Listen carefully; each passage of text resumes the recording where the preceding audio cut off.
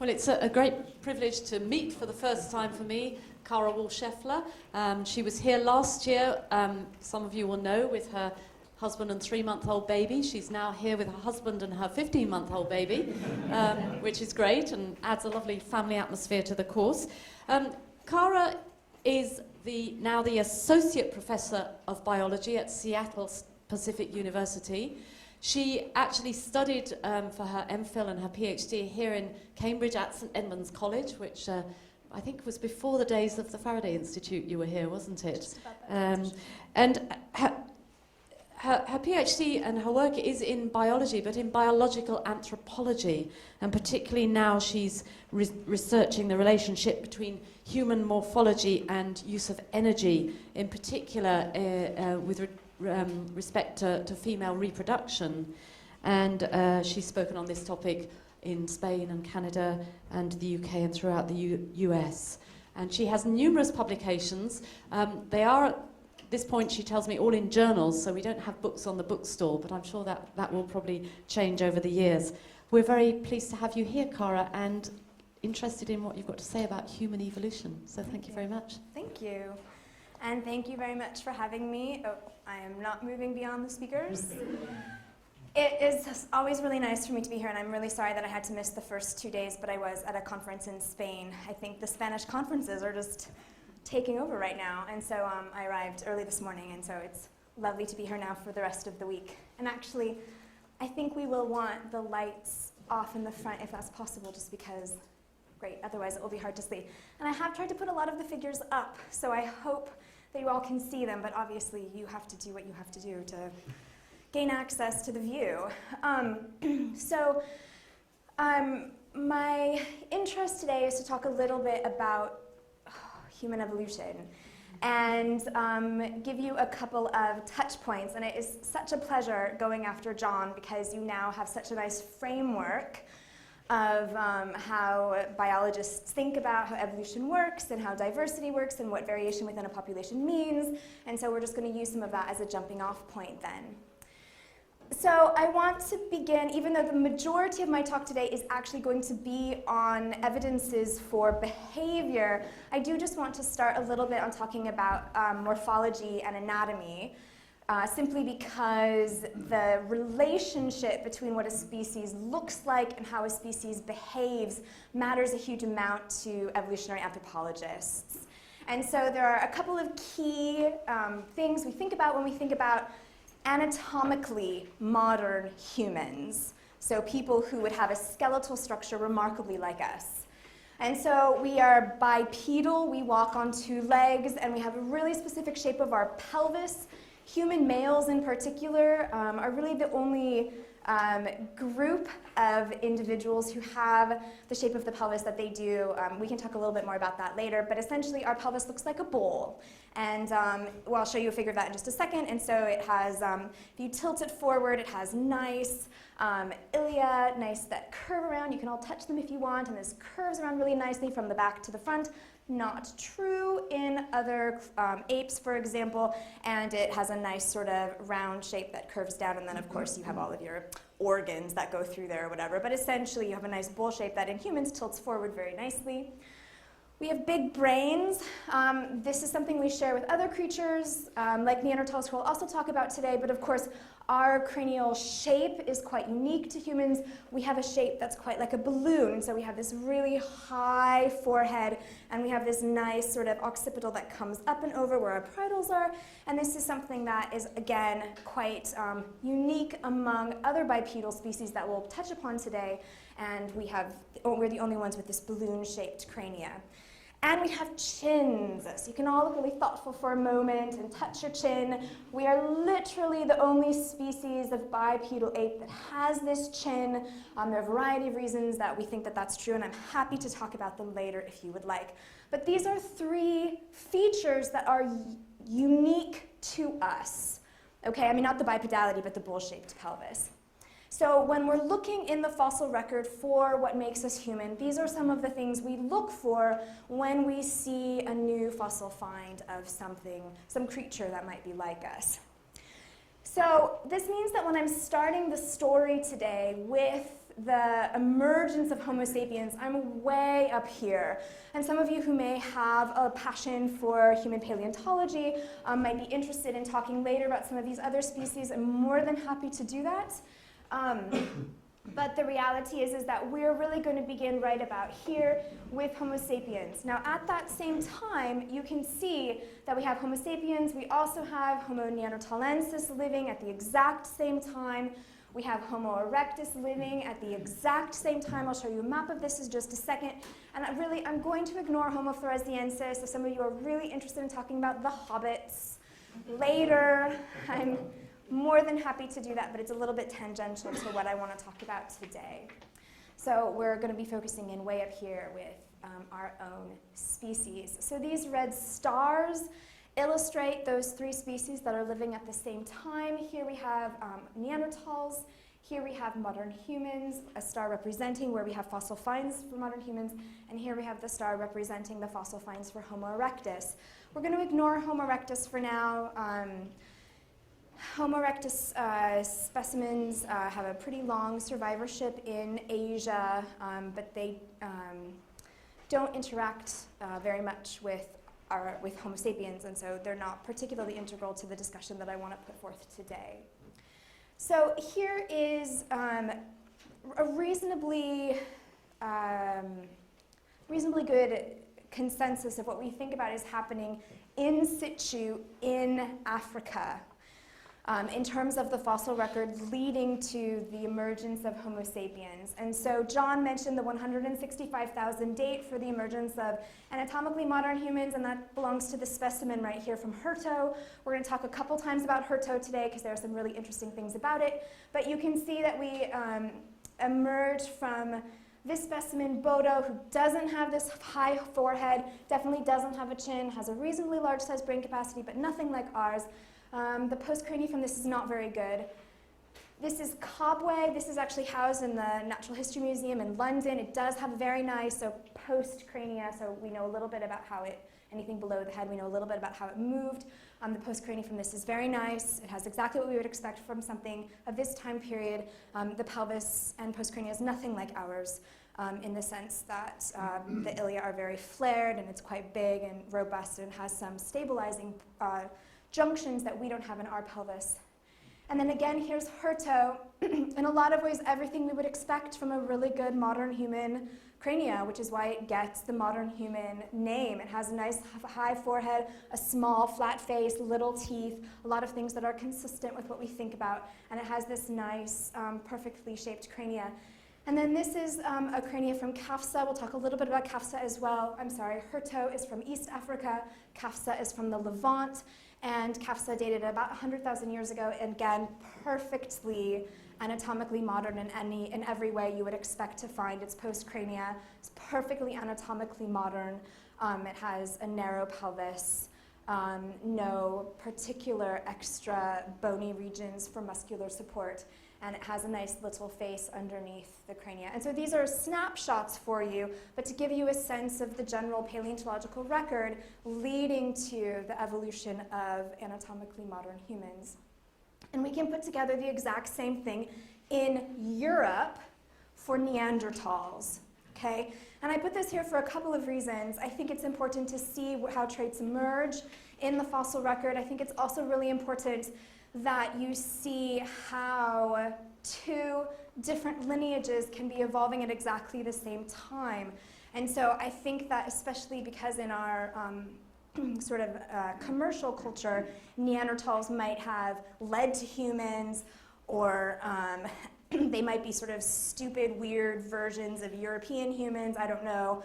You can ask me about interbreeding later, and I'm happy to answer any questions you have. But suffice it to say, they're evolving separately for what I would say over 1 million years, okay? And I think that this is in two pretty distinct environments that I'm going to touch upon. And so I think it's very important to understand that we have really two different patterns of anatomy here that that are easy to see when you have the skeletons side by side. So on this, we have more than just this from this particular date. It's just this is the specimen that the date belongs to. And so I like to show this chinless mandible, just so you get a sense of what dates actually belong to in paleontological record. This is from the same site. This is from Atapuerca in Spain. It pops up in the media quite regularly, so you may have heard of it. This is one of their pretty remarkable finds that is in the species heidelbergensis. It's an amazing collection that they have at this one site, over 30 individuals from the same time period, from exactly the same site. So we have a pretty remarkable assessment of population diversity as well as species diversity from this time. And then here we have the classic Neanderthal from Forbes Quarry in Gibraltar. It's from a quarry, so there's no date associated with it, but we expect that it's, because it's a classic Neanderthal, it's dated to about 200,000 years ago. So this is our lineage then for Neanderthals as well: Homo antecessor, heidelbergensis, and Neanderthalensis. And here are their skeletons side by side. Just to draw out some of the traits I was telling you about, we have our nice balloon-shaped head and our chin. Neanderthals have the same average brain size that we do, 1,400 cc's, but they don't have a very prominent forehead, and I have to say this correctly because I'm in Europe, they have an American football-shaped head, okay? A rugby-shaped head, even, if you will, okay? So it's oblong and extends back, and they have a very prominent occipital lobe and not a very prominent frontal lobe.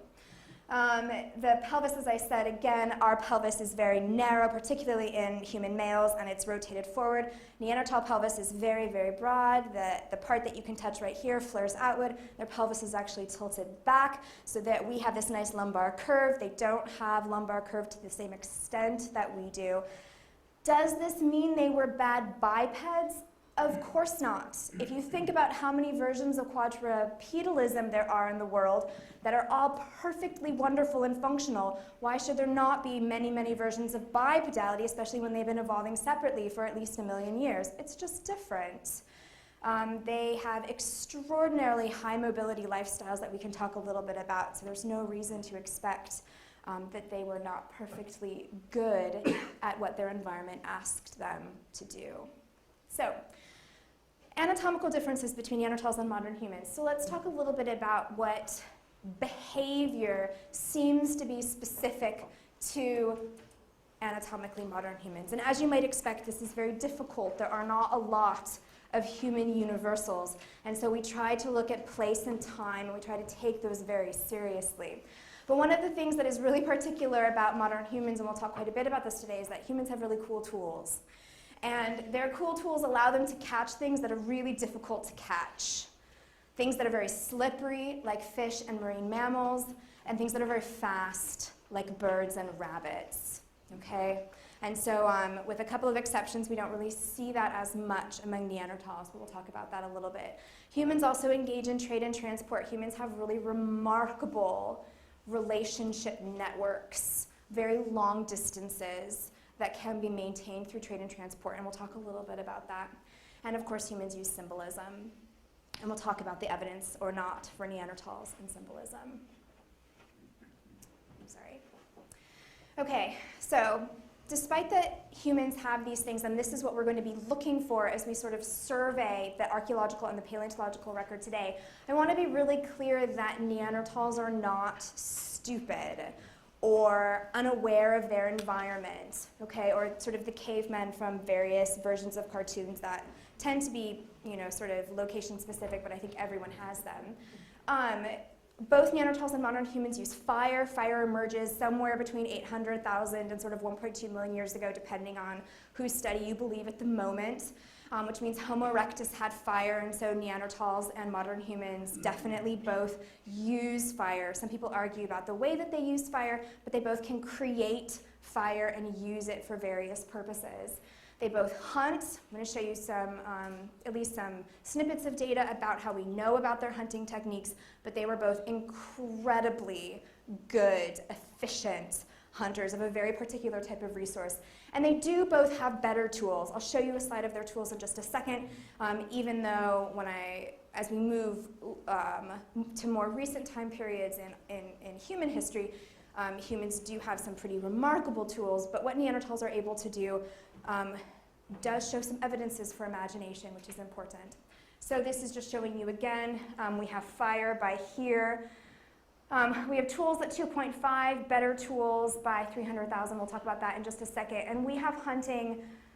Most people argue that hunting emerges at 2.5, or at least a pretty good use of meat that might be a little bit more than scavenging. So we can talk about that later as well, if you would like. So this is just what I mean by cool tools. At 2.5, as I mentioned, we have chopping tools. Once chopping tools emerge, everyone does them for the rest of the time. We then have these really beautiful hand axes. Any of you who have ever been to any natural history museum, particularly one in Europe, has seen a lovely hand axe. They're quite big, I think, which tends to surprise people. But again, once you see hand axes, they exist pretty much forever. Then, at about 300,000 years ago, we have something that's new. And most paleoanthropologists are quite excited and have been quite excited about this prepared core technology for quite a long period of time. Everything in archaeology has a lot of different names. So if you haven't sort of read archaeological literature before, these all mean the same thing. Some of the things I'll be talking about today, it all means the same thing. Sometimes it has to do with a very particular aspect of the technology. Sometimes it has to do with the whole assemblage, and sometimes it simply has to do with the geographical area where the particular scientists work. So I'll try to disseminate some of that today. But suffice it to say, this mode 3 Levallois technique, the prepared core technique, is something that emerges simultaneously in both Neanderthals and modern humans. Okay? And the reason that this is interesting to people is because you're not just chipping away at a set piece of rock and forming that set piece of rock as a whole. The prepared core technique requires that you model the outside of the core in order to create something inside the core. Okay, so you have to have a mental image of what you are trying to create on the interior, and then model the outside so that you can then piece away at the interior to create that new tool. So this series of steps involved is extremely complex, and the imagination that you have to see a shape and see something new within the shape that really has no relationship to the shape of the actual initial stone itself.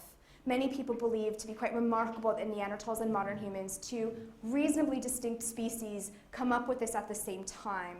So the argument always is that humans have agriculture at the same time in multiple different areas, and that they emerge randomly, if you will, at around the same time period.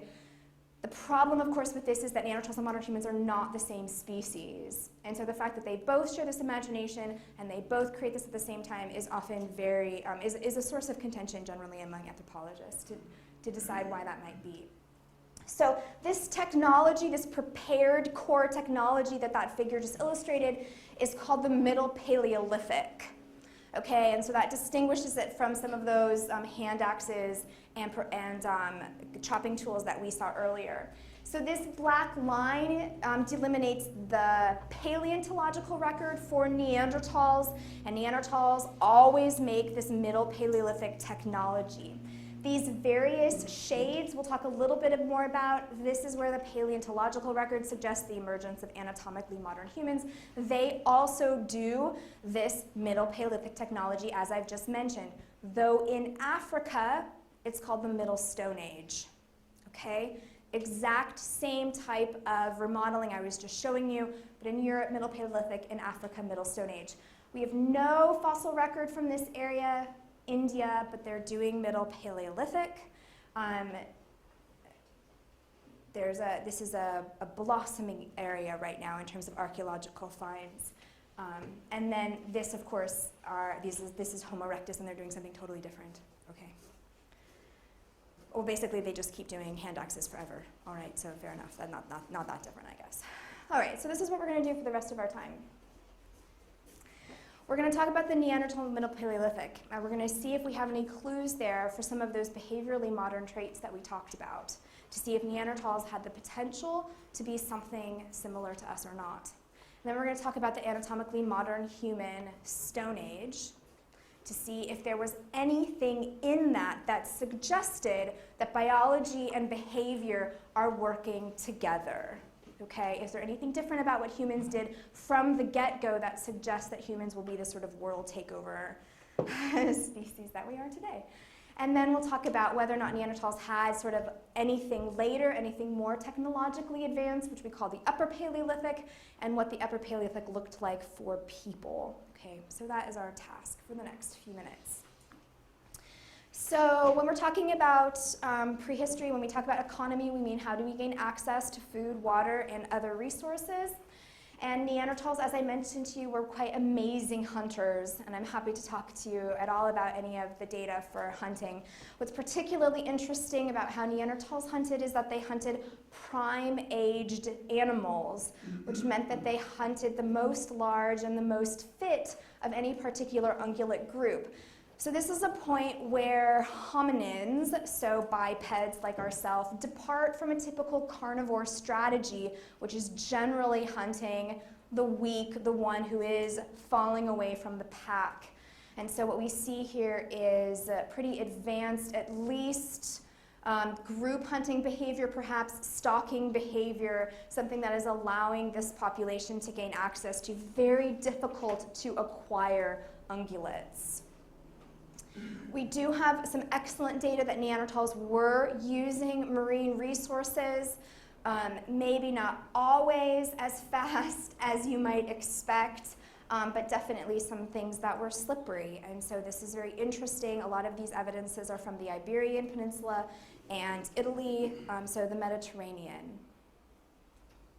And then we do have quite a bit of evidence, again from the Mediterranean, also because both the North and the Levant region, of Neanderthals using seasonal foods, legumes, nuts, olives, fruits. And so we do see in some locations Neanderthals showing particularly diverse diets, which is, I think, something that's really underappreciated. Part of this is because we think Neanderthals used their particular location extremely intensely, and this is going to be something that differentiates them from modern humans. A couple of really important pieces that I think, again, are underappreciated about Neanderthals is that they show pretty dramatic evidences of caring for people who are infirm or unable to care for themselves. So this is La Chapelle, dated to about 60,000 years ago. It's a little bit, I guess this is still a little bit dark, but La Chapelle has no teeth. And we know from the way that bone remodels itself during life that this person had no teeth during life. So the teeth had fallen out, and then its mandible had remodeled itself so that he lived for a very long period of time without teeth. Additionally, the postcrania of La Chapelle shows pretty debilitating arthritis. So not only would have been chewing food, sort of tough, meaty food and nuts, would have been particularly difficult, but being mobile and gaining access to that food would have also been particularly difficult for that individual. The Shanidar site in general consists of numerous individuals for whom there are many abnormalities. This is Shanidar 1, so left side of face is collapsed, left socket seems to probably have precluded any vision, right side of the body is completely paralyzed, perhaps paralyzed from an extremely young age, though Shanidar is obviously an adult. So again, quite a bit of caring for people who are not able to be mobile in a population where, of course, your mobility determines what food you're going to get access to. The other key thing about Neanderthals, of course, that probably many of you know is that we know a huge amount about them because we have tons and tons of fossils. So everything that's written in black that's above this line is not just a Neanderthal site, but a Neanderthal site that means we have fossil evidence. One or more skeletons of the Neanderthal species at all of these sites in black. The red circles are where there are DNA from, which is why there's a red circle around them. So the prevailing notion is that we have so much material because Neanderthals are putting their dead into the ground. And oftentimes we do find them sort of in a nice sort of laying down position in the ground. So does this mean they're burying them? This is very hotly debated in the literature. I think that I read the evidence as the general consensus goes, in that there is no reason to think that this is anything more than just putting dead people in the ground so that they don't smell. There are no grave goods, there's no coloring on any of these bones, there's nothing particularly remarkable except that they are in the ground, okay? So they obviously do it, but does it have any sort of religious or spiritual significance? There are no data to suggest that that is true. There is, however, quite a bit of data that they process their dead. This generally gives them the reputation of being cannibals, particularly in certain sites. The processing of the dead is very complex. Different things occur at different sites. I should also say at this point that this type of processing of the dead also occurred at some of those earlier Heidelbergensis sites, the site of Atapuerca in Spain, sort of 300 to 500,000 years ago. The same processing is happening then. The processing consists of cut marks, percussion marks, breaking open bones, scraping out marrow, defleshing, scraping off flesh, removings of tongues, things like this. At a few sites, the processing of the Neanderthals is exactly the same as the processing of the red deer, so the animals that were being hunted, it's the same. Again, this could simply be removing flesh. This could be some sort of ritualist. We've hunted you. We're now going to process you. We're going to, claim your power, whatever it is. There aren't tooth marks on them per se, so you don't really know if they're eating them. Though that does tend to be the interpretation. So, in summary, Neanderthals during this time period of the Middle Paleolithic hunted prime-aged animals and acquired marine resources, so both very difficult to acquire materials, something that we touched upon when we talked about what makes human behavior so interesting. They cared for the sick and elderly, so they show some sort of interest in something beyond individuals who are just able to help them gain access to other material. And they buried and processed their dead.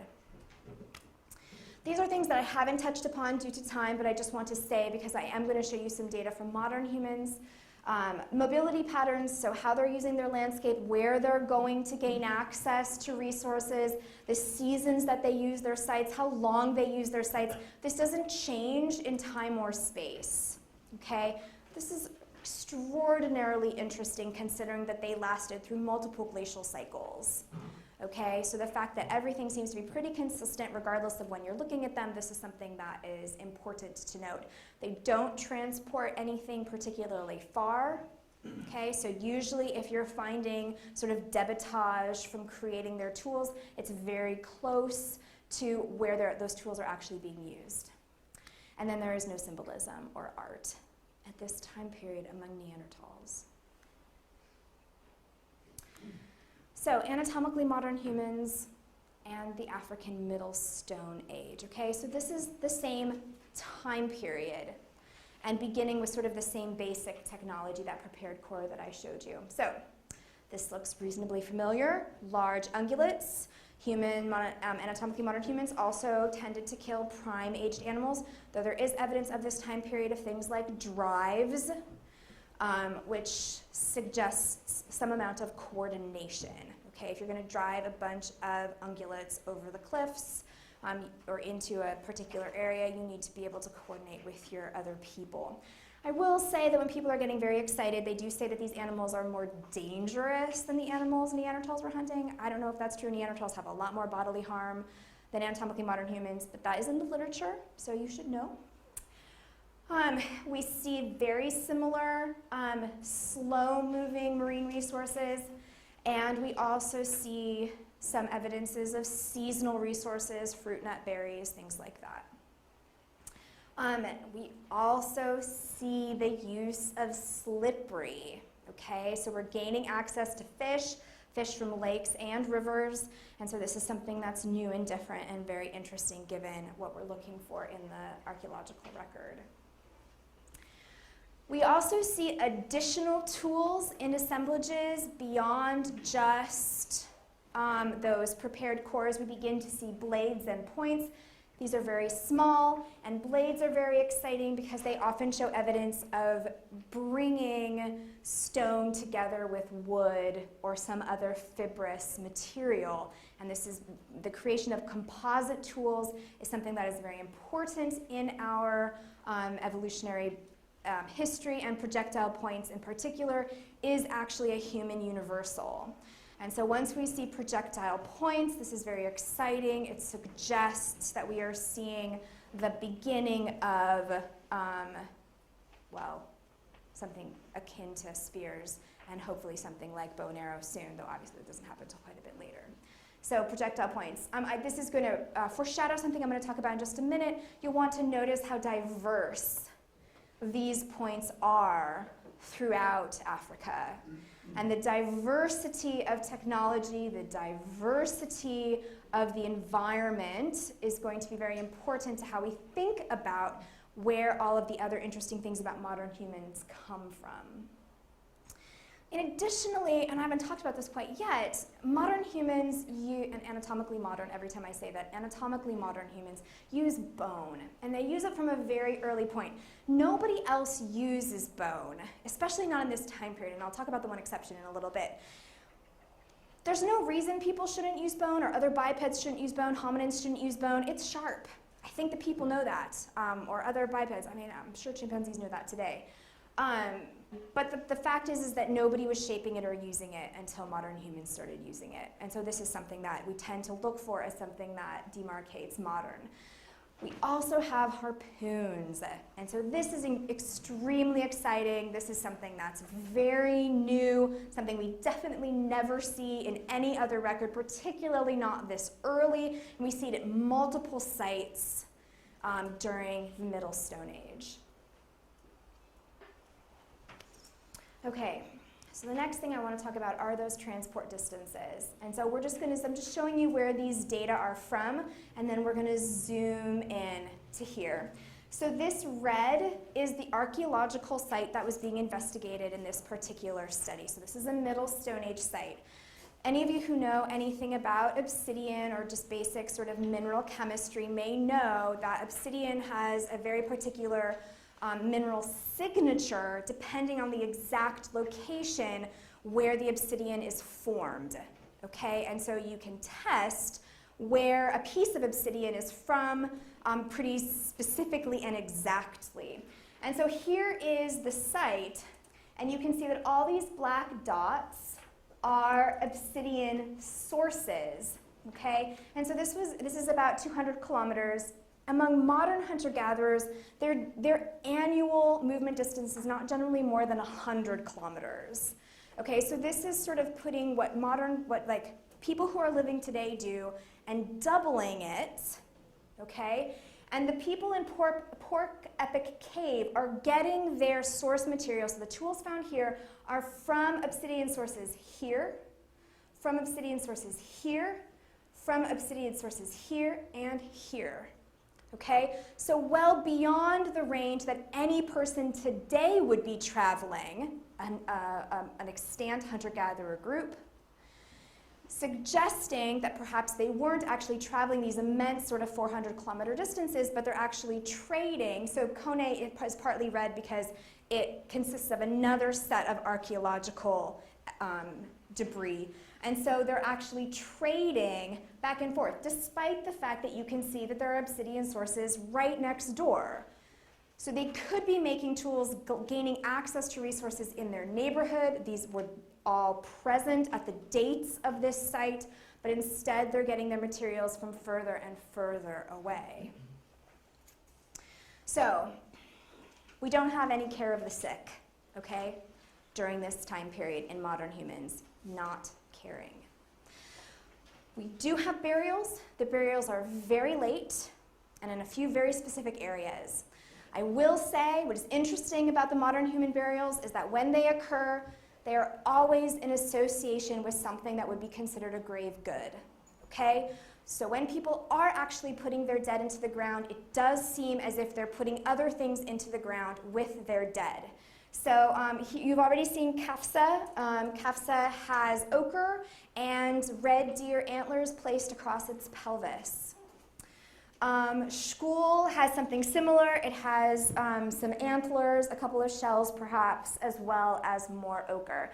These are both found in the Levant region. Here's kafsa again, so you can see placed in this very particular, so there's head, ribs, arms folded, and then legs arranged, and again, there was faunal material placed very carefully over this particular burial. This is another example. This is a juvenile from Tromsø in Egypt. There are no grave goods really associated with this individual. However, the excavators very passionately claim that when they uncovered this individual, its position was such as to suggest honor and purposeful placement. It was seated, leaning against this pillar. You can see obviously that its cranial case has fallen off, but that's simply due to wear. And so its legs and arms were folded and it was placed in this very careful position. So the excavators are quite convinced of its importance. And then I told you we talk about Herto again. So Herto again, that 165,000 year ago, the earliest anatomically modern human from East Africa. Herto shows, there are 3 individuals from Herto, a juvenile who I'll show you next, and then arguably a man and a woman. So people love that this might have been a nuclear family. I don't know. The interesting thing about the juvenile in particular is that it shows processing really similar to what we see in modern New Guinea. Okay, so not only do we have defleshing and removing of the tongue in a very specific way, but the bones are actually polished. And where parts are cut off, particularly in the juvenile at the occipital, so that's just right back here, the occipital bone is polished and very smooth. Some people make an argument like a drinking cup or something like that. I think that that's a little bit extrapolating. But suffice it to say, there is quite a bit of processing. The anthropologists in charge of this site suggest much more on the sense of ritualistic than cannibalistic because of there's so much polishing and obviously post-mortem attention to the bones besides eating, and for the fact that the faunal remains from this site show a different type of processing than the actual hominin remains. Additionally, in the Middle Stone Age in Africa, we begin to see some signs of other things, like ornamentation. So this is just field images of the site Taferalt in Morocco. This site has a really interesting, actually, team of people working on it, and there are a number of people from Oxford and the Natural History Museum who are working on this excavation right now. But a few years ago, they published this very exciting, the earliest known ornaments in the world. And so it consists of these beads. Why do we think that they are not random? Because you don't find these perforations in nature. This is not how their predators acquire the soft bodies of the snails.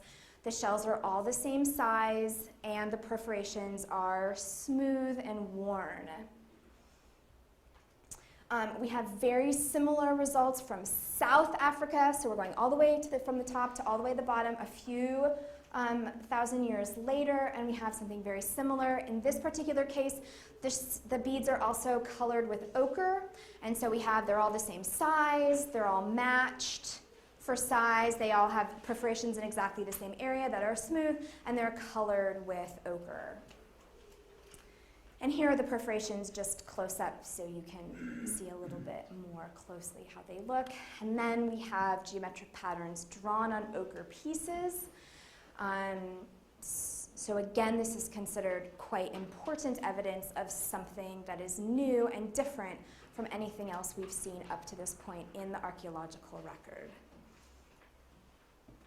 Okay, so Both Neanderthals and anatomically modern humans hunted prime-aged animals, very difficult to acquire resource. They still don't really use small animals very much, very fast. Hares is sort of the typical example that we start seeing a lot of later. And we don't see any sort of dramatic evidences of hunting things that are particularly slippery. What we see among people that we don't see among Neanderthals, long-distance transport of raw materials, which we saw among modern humans, the use of bone again. Why is this special? We're not really sure, but only humans use it. And of course, the use of projectile points, that sort of human universal that is extraordinarily important.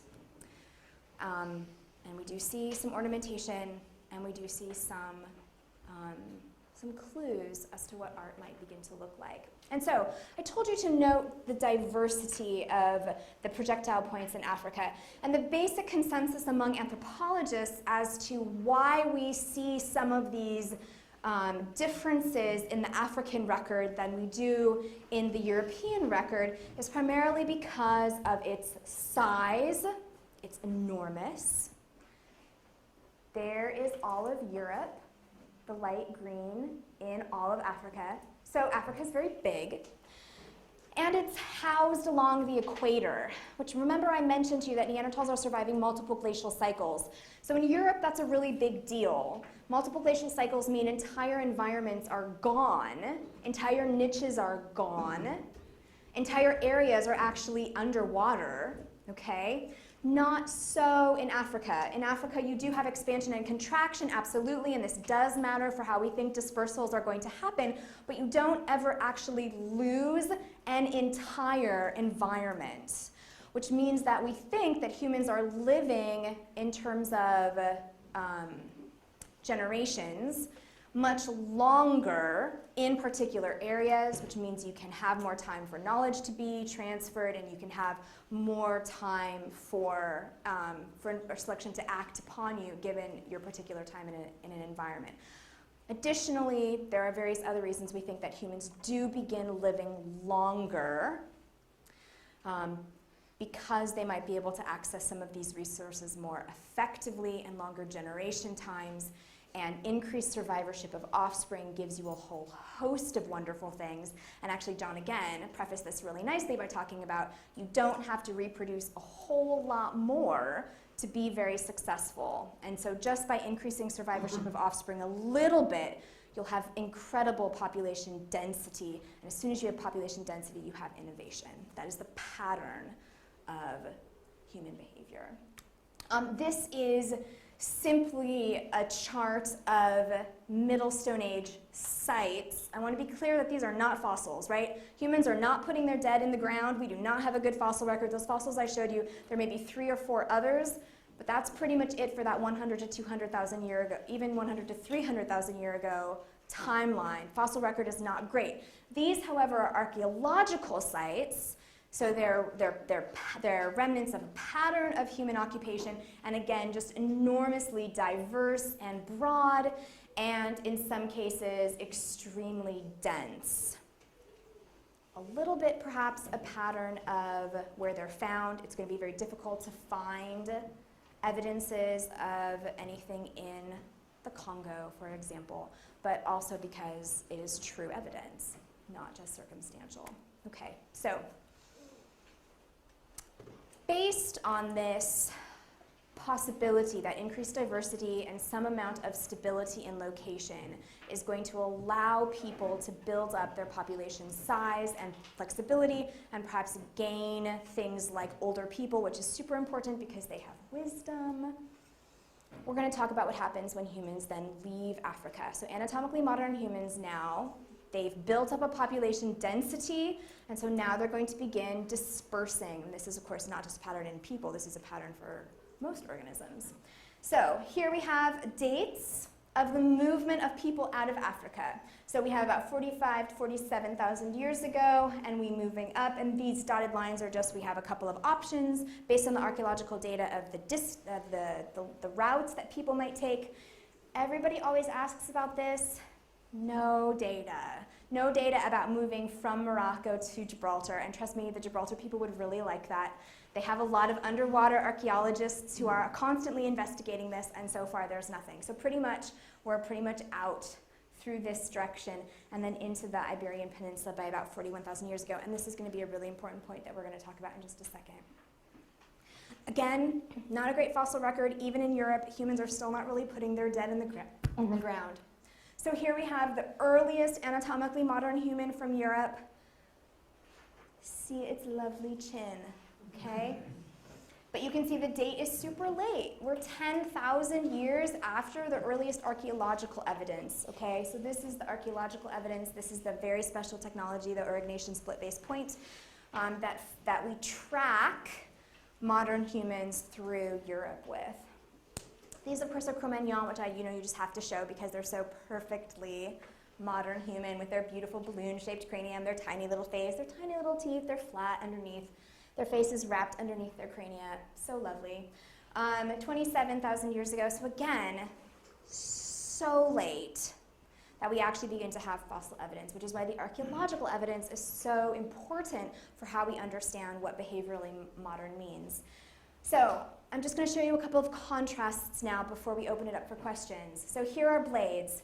These are blades that are made by people. So they're perfectly symmetrical, they're very, very tiny. Again, blades really useful because they are great to make hafted tools, so different types of clubs and digging tools. And I didn't actually say out loud yet, don't just think of these as ways to get meat. Very important for getting plant vegetation as well. Digging tools are some of our earliest tools. Now that we have the techniques to actually tell what the tools are being used for, more and more we're finding that they're actually used for scraping and forming and gaining access to vegetable materials and not just meat. So I know that the archaeologist slicing open the elephant is that great image that everybody has in his or her head, but not always the case. Wonderful technology, also important for other things. So this is the Neanderthal comparison, okay? Neanderthal comparison. So here are people, here are Neanderthals. So not as elegant, okay? Not as thin, not as symmetrical. So this is one beginning of a difference. The date is a little bit later. Here are microliths. So again, composite tools, using these microliths to put with leather or with wood and create some new type of tool. Microliths are very popular around this time period in Europe. And here are some of our amazing bone tools. This is a single site tool kit made out of bone during this time period. You see the needle, you see the fishing hook, you see the harpoon, and you see the diversity of tools. Okay, that's a tool kit. This is something that might not just be sort of crafted and then left, never to be used again, okay, which is incredibly interesting by this point. Okay, this is the only evidence for Neanderthal bone tools. Okay, so again, not as complex, not as sophisticated, not quite the same level of diversity. We also have new weapons. Here we are at 30,000 years ago. This is the atlatl. I don't have a video embedded, but if any of you enjoy YouTube, just YouTube atlatl, ATL, and you will find some delightful movies of people using this spear thrower to do various types of tasks. And so this essentially lengthens your lever arm so you can throw your spear farther and harder than you can just with your own arm strength alone. And so the idea is that you become a much more sophisticated hunter, and you can hunt animals at a greater distance. Remember, we're hunting prime-aged animals, and so we're thus reducing our bodily risk by hunting these ungulates from further away.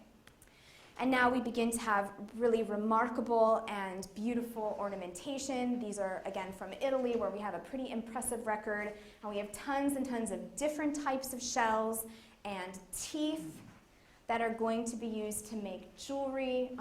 Here are some of the more famous ones from Abercastine, which arguably has some of the most remarkable jewelry as well.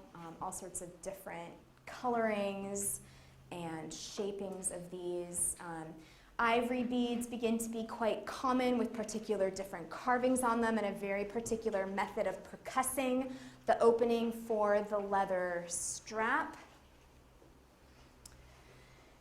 And again, this very particular use of pressure, essentially, to form these materials. And this has been studied extremely heavily and broadly by Randall White out of NYU.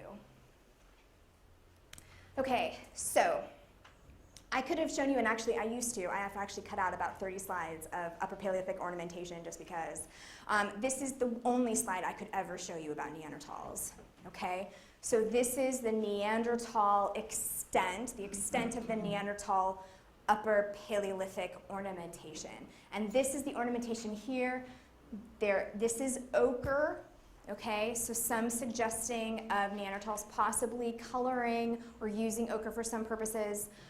People go back and forth on this because ochre has a strong smell and can be used for many other purposes besides just coloration.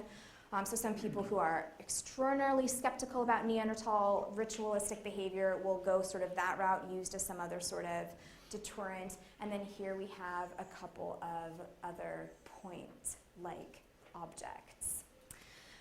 So I'm just going to touch upon the ivory beads for a second because the ivory beads are incredibly interesting to me for a number of reasons. One of the things I study that was touched upon earlier is I study sexual dimorphism of locomotion, and so I'm very interested in how people use land differently and how their morphology is shaped by that different use.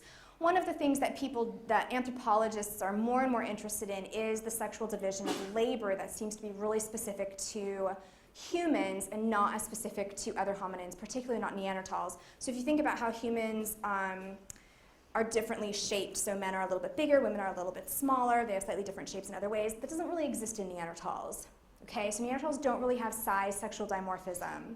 And they don't have sexual dimorphism, for example, of the pelvis for a whole series of reasons that are incredibly fascinating, okay? And so with this whole host of morphological patterns, what we also see is that Neanderthals, again, doing the same thing in time and space, and their archaeological record doesn't suggest that any particular task takes a huge amount of time. Okay? As soon as you have a task that takes a huge amount of time, somebody has to stay and do that task while somebody else is getting them food. Okay? And we don't see that happening in Neanderthals. In people, however, you see this man here who is buried with 3,000 hand-carved ivory beads. 3,000. Okay? And not just were they created, they were then put in the ground, never to be used again. Okay? That is truly remarkable. Remarkable that you can essentially waste time not hunting, not gathering, not gaining access to water, not exploring, not processing your whatever. You're just making something to give away. Okay, and so this suggests something different, not just about how people are thinking about the world, but how they're thinking about their relationships with each other. Because while you're going to sit here and make 3,000 beads, I'm going to go off and allow you to live by feeding you. And that's interesting, to me particularly, I guess. Here are the children who are buried at this exact same site at this exact same time. There's also a female buried here. Children are also heavily decorated with ivory beads, as well as different types of tools, lances, and different carved goods out of bone. So this is the artist reconstruction. You can see that they also did textile organic reconstructions as well, but essentially a rather substantial amount of material to give away. So as I said, humans don't bury for a very long time, but once they do start burying, it's pretty dramatic. So this is a pretty late date, but also a pretty dramatic transition.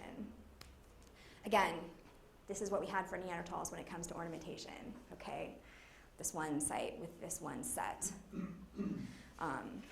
I am remiss in saying there is one more site that just came out in Spain that has a little conch shell with some ochre in it that people are arguing about right now. But besides those,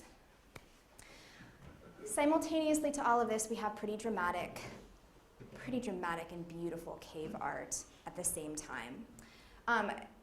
And one of the things, there's a movie that just came out, some of you may have seen, about the Chauvet Cave and you go in with the camera and you can actually see the original cave. It's really an amazing film. And what struck me the most was not the beauty of the illustrations, but how well the pattern of animal relationships was illustrated. And it's very interesting that we've actually learned quite a bit about prehistoric animals, because all we have are the bones now, right? We've learned quite a bit about their physical character, their skin, their hair, their patterns of coloring. We've learned a huge amount from these prehistoric scientists, which is what I call them, people who care enough about their environment that they're going to pay attention to it and then recreate it in a really quite amazing way. So here are just Lascaux, again, just incredibly beautiful and quite impressive illustrations. So, again, those of you who are interested in anthropology in the popular press last year might have seen the huge splash of news that Neanderthals also create cave art, and I just want to talk really briefly, again, as John foreshadowed, what do we think about what science actually means? Is it this perfect picture, or can we ask some critical questions about these huge conclusions that are hitting us in the face by the media? So what this study actually did was it went through a whole series of Spanish caves. And in these Spanish caves, there are a series of paintings, essentially, and overlaying over the paintings are various mineral deposits that are laid down over the years. And so what these scientists are doing is they're going and they're taking off the mineral deposits and they're dating those mineral deposits. Does this make sense? And the theory then would be that the date on the deposit has to be younger than the actual painting itself, because the painting was there and then the deposit was laid on top of it. Okay, so that's the theory behind their method. And what we're interested in is right here. And we're interested in that because you remember I showed you that little chart of the Aurignacian split-base points leaving Africa and going up into Europe. And you remember the dates started at sort of 45, 47,000 years ago and then ended up in Spain at about 41,000 years ago. And those are uncalibrated dates, which we can talk about another time. So there are some things about them. They might be a little bit older, and these might be a little bit older. So we'll talk about that. So what they're interested in Spain, when we think that humans were coming at about 41,000 years ago, is this date right here for this particular aspect of this painting, which is right here. Okay? So they're taking this blob, and they're recreating it here, and they're saying that this circle had to have been done by a Neanderthal because the date of the mineral deposit is 41,000 years ago, which is the date that people were arriving there. But people arriving there and the date, that's too close for comfort. And so therefore it must be done by a Neanderthal. Okay, there are no Neanderthal deposits in this cave at all. There are no Neanderthal tools in this cave at all. It's simply a question of, does the date seem most reasonable to you to have been created by a modern human just coming in recently, or a Neanderthal, okay? So I think it's very important to assess what you want to believe about the dates and what you think the ranges are of the dates and how reasonable it is to say, okay, humans are coming in and they're traveling and we have some archaeological dates of 41,000, but they could have been in Iberia quite a bit early because they were everywhere else quite a bit earlier. And that humans could have come in pretty close to 41,000 and begun to do circles on the walls. Or you say, okay, fine. Neanderthals did the circles without any influence at all from modern humans. They just felt like it one day because we know that they had it. So they put some circles on the wall, and therefore Neanderthals are capable of complex symbolism. Okay? So these are some of the options that you have to weigh, but those are the actual data that exist to help you weigh those options. Okay, the final point I'm just going to make are about the figurines, which for me are probably the most interesting and most powerful piece of the data. So the early Venus figurines come, you can see here, at 35,000 years ago. They're found throughout Europe. Then we have this sort of explosion of Venus figurines between 20 and 30,000 years ago. And simultaneously, you can see that we have cave art interspersed throughout. What's interesting to me about this is that these figurines represent something that no person could have actually seen in real life, okay? Hunter-gatherers do not have excess adipose tissue, okay?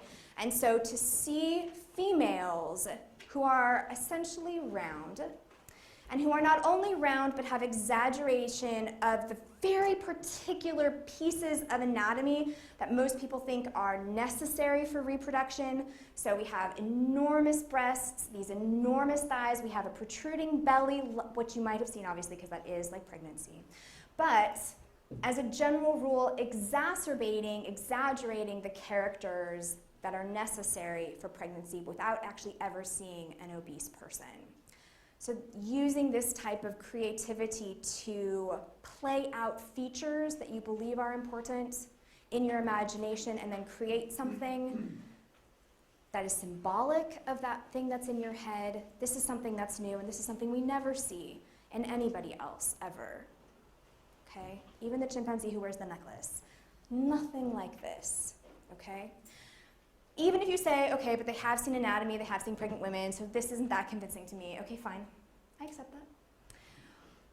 This is then what I think is the next most remarkable thing, and this is the lion-headed man. Okay, and so this is definitely something that they haven't seen in real life. And this is the lion-headed man from 32,000 years ago, so a perfectly proportioned person, bipedal, with this lion's head, okay? So something that they have definitely never seen before in real life, but something that they are thinking about, imagining, and then using their imagination to create. Again, something that we have never seen anywhere else, and I think is an important piece of what it means to be a behaviorally, anatomically modern human, Homo sapien. Okay, so takeaway message, lasting impressions. Neanderthals do have the art of ornamentation, so they did have some pendants in that particular figure. There is one ivory bracelet that was carved, so they do have some ornamentation, and then of course they have those circles are called stipples. So whether or not you believe that or not, if you believe it, then that's an important piece of what you should put up here as art. And then humans have this very imaginative art with the Venus figures and the lion-headed man, and then they have this incredibly remarkable, realistic art in the realistic interpretations of the hunting and the grazing strategies of prehistoric animals. There's less sophistication, generally less diverse toolkits. Humans have this incredibly immense toolkit diversity with an incredibly diverse use of substrates to create that toolkit. Neanderthals never ever, not during the middle, not during the upper Paleolithic, have long distance transport. And humans have pretty substantial long-distance transport, so which we could talk about again, not just the data that I showed you from the Middle Stone Age, but throughout the Upper Paleolithic, in Europe, you see the movement of raw materials incredibly long distances. Neanderthals maintain pretty small population sizes, and we have a whole series of data to back this up now, not just the archaeological data, not just the paleontological data, not just the mobility data, but also the genetic data, all show the exact same thing, that Neanderthals existed in very small groups with very, very low population pressure. Whereas humans, not surprisingly, have rather enormous population sizes and quite a bit of population pressure, and people live for longer and have increased survivorship and have more children closer together. Actually, more children closer together than any other extant ape. Most of the apes have sort of 6 to 8 years between their children, and non-contraceptive using populations, of course, have 2 years between their children. So humans have this very rapid turnover of offspring, which is very interesting. There is actually a very, very famous paper that came out in 1989 that basically said, in order to replace the Neanderthals, all humans had to do was do what they always do and reproduce. And just that, as John again said, just that small increase in population, that small amount of outbreeding would have Neanderthals would have had nowhere to go. They would have just been completely outbred from the region. So it doesn't have to be fighting, though. There probably was fighting also.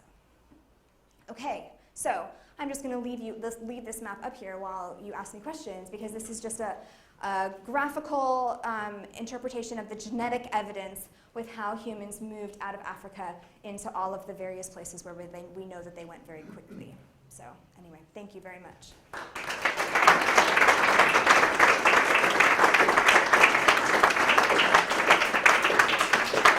Thank you, Cara. Absolutely. absolutely fascinating, and I can see hands up already. Yes. No, just there. Stop. Just yeah. I wondered if you could comment on music. Is there any information on that? That's a really good question. Music is one of those, and there's actually, as you may know, a huge research group here at Cambridge, at MacDonald Institute down the road, that has looked for many years into the role of music. So, preview of my answer,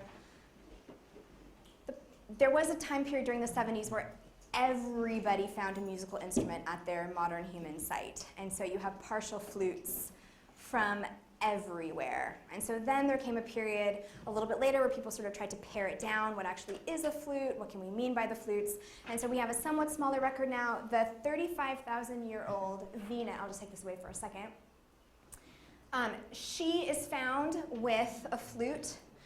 So that's 35,000 years. It's a beautiful flute. It's long, it has multiple holes, it has actually a beautiful sound, and can create many different types of tones.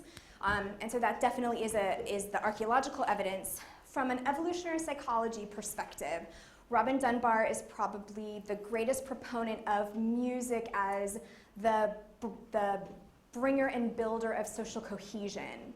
And so anything that you want to either YouTube for Robin or read any of his papers sort of in the last 5 to 7 years, he's at Oxford right now, will say that the reason that humans were able to maintain their group cohesion was because they sang together.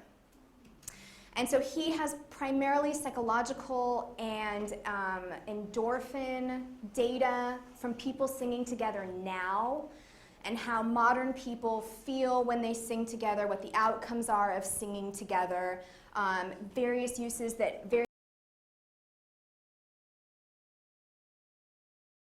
say in the absence of these physical evidences, like from the flutes at sort of 35,000 years ago, he could say that we know from the increase in population size, from the way we see human populations increase their density and have to move, we know that music had to be a component of that because that would be the main way that you could create the social cohesion necessary without fighting or any other sort of complex social structure that doesn't come until later.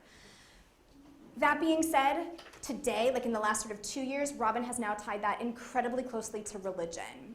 And so now he says that first came song, then came religion, and then and that created even stronger bonds. So you could have larger group sizes because you had more people coalescing on this same idea. So that's that would be helpful for you to look up if you're interested. Okay, a question at the back. That was great, thank you. Might there be any advantages to having a chin or to hunting prime-aged animals? It's not obvious to me what advantages those might have. Yeah. So one of the interesting things about our face in general is, you notice I kept sort of saying rather excitedly that we have this tiny little face. And we do, as a matter of fact. And so one of the problems with both having a tiny face and yet wanting to create strong forces for chewing is that you basically have to support the chewing motion while still having these small teeth in your face. And so the general consensus right now is that the chin provides essentially a force protection, bony buildup. So you can have additional attachment sites from muscles, and thus the muscles will serve as a way to break apart the force pressures so that your whole face doesn't sort of collapse under the force of what you're doing. I don't actually have a slide with Neanderthal and human faces side by side, really.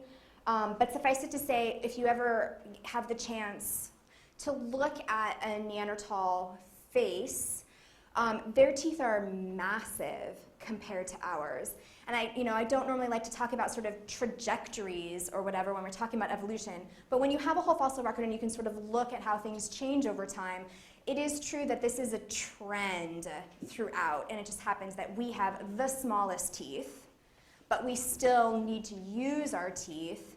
And so this is sort of serving as a way for us to continue using our teeth, using our jaws while still having these small teeth. Cooking seems to sort of be an important piece of that, having slightly softer foods.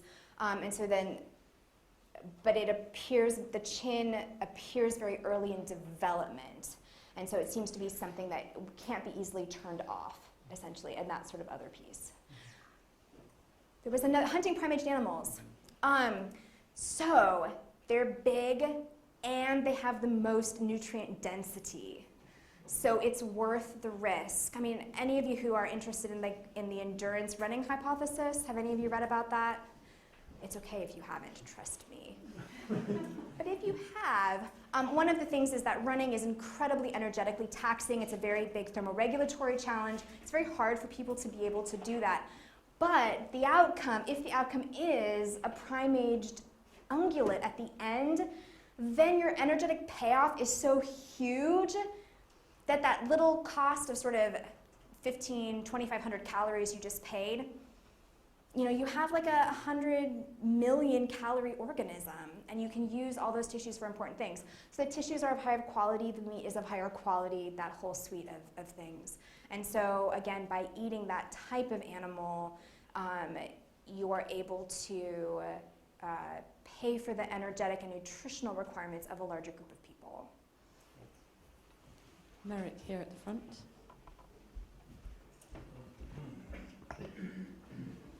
Sorry, so as somebody who works on climate, my immediate reaction is that we're talking towards the end of the last ice age, and the Neanderthals were further north. Correct. Were the climatic conditions important in the development of human Homo sapiens v Neanderthals, and in fact the resources they were able to access and so on?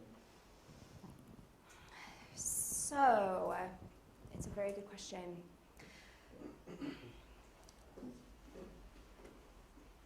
So the most important piece of the climatic changes were opening and, from my perspective, I guess, we're opening and closing the thoroughfares, which are allowing people to get up into Africa.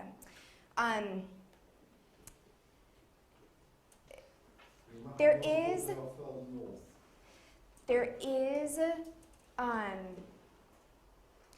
a hypothesis about Neanderthal extinction that covers this. And I'll tell you, this was actually what my dissertation was about. So I actually know a little bit about it, so I'm happy to talk to you about it.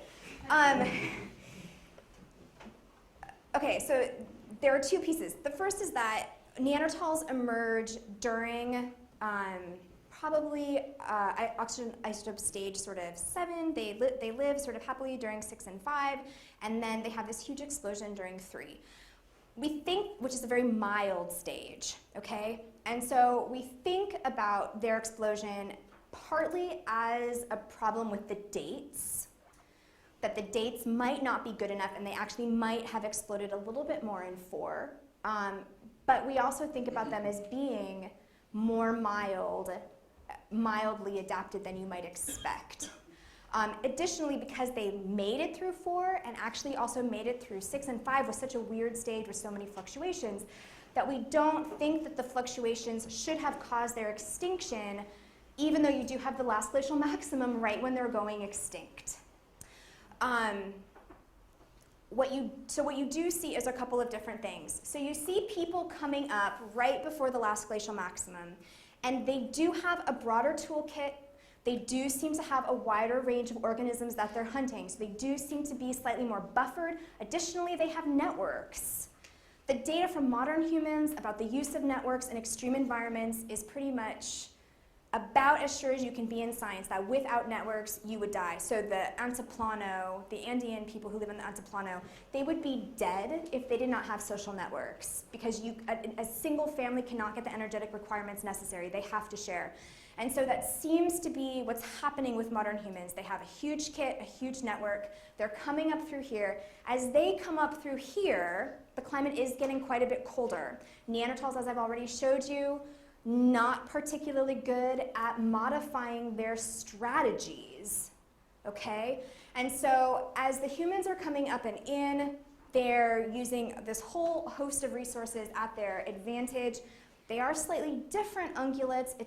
We don't seem to have a huge fauna movement with Neanderthals like we see the faunal movement with Homo erectus earlier. So Neanderthals really seem to be coming up reasonably independently of a huge flow. Suffice it to say that the extinction of large ungulates does seem to match the transition and the extinction of Neanderthals. And so John Stewart, who was here at Cambridge for a number of years, his main hypothesis actually is that Neanderthals are just another large mammal extinction. But what seems to happen from a more higher resolution question is that humans are up and in, and Neanderthals move to the warmest, least seasonal areas. Or they don't necessarily, I'm sorry, that's incorrect. They don't move there. The ones who are there live there the longest. And so it seems to be, so they're living here, and they're living here. And then once humans are here, so humans are here now at 41,000, last glacial maximum is on its way. By 27,000, humans are here, Neanderthals are gone. And so it just seems as if you have this whole series of local extinctions. You do have some climatic change, but they've survived so many climatic changes, it's difficult. But now the difference is that when you have the retraction of one population, you can't have a subsequent expansion somewhere else because people are there. And so you just can't, there's no way for you to recover from that sort of huge refugium move. So, does that get at your question? Yeah. Yeah? Okay. Question at the back there, and then probably one more. Turn right. There were two in the back. You said at the beginning that you'd answer it. I'm just wondering if there's any evidence of breeding between Neanderthal and human, and I mean, how much interaction they had, and I guess the ramifications of that are the idea that you could isolate certain humans now who have more of a Neanderthal gene, and what the scientific take is on that. Yeah. And I'll actually, as a geneticist, I'll be interested to talk to John about this a little bit later. So, from an archaeological perspective, you have sites with Neanderthal assemblages, sites with modern human assemblage, sites with Neanderthal assemblage. And so you definitely have evidence that they are living in very close quarters. Sometimes you have sites dated reasonably to the same time period, literally just on the other side of the hill, right next to each other. So we definitely know that they come into contact. And honestly, the reason that the cave painting is so contentious is because the general consensus is that when you do see Neanderthals engaging in bone use, ornamentation, slightly more complex toolkits, it is because humans are right next to them and they're mimicking, which is why it sort of looks like it, but it's not quite at the same level of sophistication or technological excellence. Okay, so that is the key issue at play. So, the morphological evidence of interbreeding, like do you have a half Neanderthal, half modern human species, or individual, I guess, is not particularly good. There are some specimens that the researchers say are half hybrids, but they won't let anybody else look at it. And that is not how science works. So if you don't let anybody else look at it, we're not going to take you very seriously. And so that is not generally considered. The genetic evidence is very controversial. One of the reasons it is hitting the mass media is because, of course, it's very exciting, and because the people who are doing it are extraordinarily powerful and really did pioneer ancient DNA research. And so I think that there's definitely something at play. The main problem that I have with it is that they assume a huge amount of Neanderthal DNA in certain anatomically modern human populations, 4 to 7%, okay? And if you look at comparable situations in recent times of a British population, for example, going to South America and breeding with than indigenous people there. You don't get the same amount even then, right? You have a huge, the evidence for how large the human population is at this time, 45,000 years ago, an enormous population swamping this tiny little population, and you're still going to have 4 to 7%? That doesn't seem reasonable to me, given that in 150 years of interbreeding, we won't have 4 to 7%. And so the data are there. That is what they're saying. You can send your DNA to them, and they'll tell you exactly the percentage of Neanderthal DNA that you have. I think that it's really problematic. I think that I would like to know a little bit more about their stats, is really what it comes down to. Couldn't that lead to eugenics, potentially? The idea that some people are less Homo sapien. Oh, of course, but absolutely, absolutely. But it's an easy slope to slip down, isn't it? So Let's maybe see. science leave it alone then, do you think? I don't think that people will. I think it will be interesting because at the moment it's very people want to have it, and so when that switches over, then I think that it will be interesting to see how people take it. And of course, the fact that according to their statistics, people of recent African descent have none, whereas people throughout Eurasia have this quite substantial amount. That is going to be a pretty interesting dividing line, I think. History then, isn't it, really? Well, their argument is based on that last figure that they're sort of trying to relate the genes to the fossils, always a pain. That their argument is simply that the Africans that stayed in Africa, Neanderthals didn't go down there. And so it's the people who are leaving Africa, going up to Europe, dibble-dabbling, and then heading over, and they're the ones who are carrying the genes. And so it's just the diversity in Africa is basically being left alone by Neanderthals. Again, the evidence from archaeology suggests that we have a lot of back movement, which again makes it very difficult to assess. Because we know from archaeology that people are moving from the Levant back into North Africa and back out again and back in and then down to Egypt and then back out. Remember, that's the interesting thing about Africa is that we have this opening and closing of these passageways. And so we have lots and lots of movement in a lot of different directions, in and out. And so you definitely would expect there to be some, if there was some to be had.